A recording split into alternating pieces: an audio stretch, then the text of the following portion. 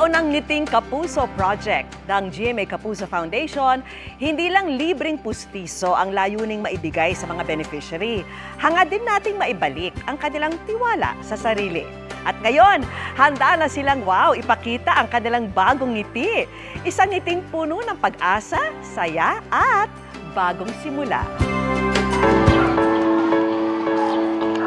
Sa tuwing may biyahe ang on-call driver na si Eric, lagi niyang hangad na maging ligtas at komportable ang kanyang mga pasahero. Ngunit gustuhin man daw sana niyang makipagkwentuhan sa kanila para sana maging mas magaan at masaya ang biyahe, nauunahan daw siya ng hiya.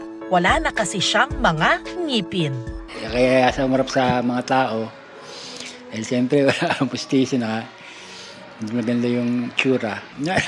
Nakatakip yung bibig ko.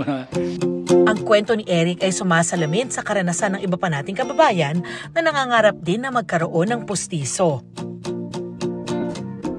At yan ang binigyang katuparan ng Ngiting Kapuso Project ng GMA Kapuso Foundation, katuwang ang CEU School of Dentistry ngayong Oral Health Month.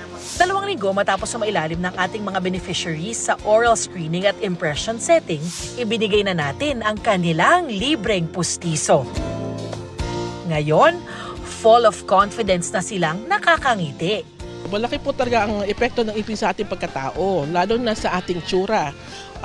Pag po walang ipin, syempre wala support, wala pong nagbibigay ng banat sa ating mga pisngi. We are happy with them because I know their lives will be changed. Napakaganda na 100 ang natulungan natin ngayong taon na ito dahil tamang-tama centennial celebration ng School of Dentistry ngayong taon na ito. So itong 100 na ito, simbolo ng 100 years ng School of Dentistry.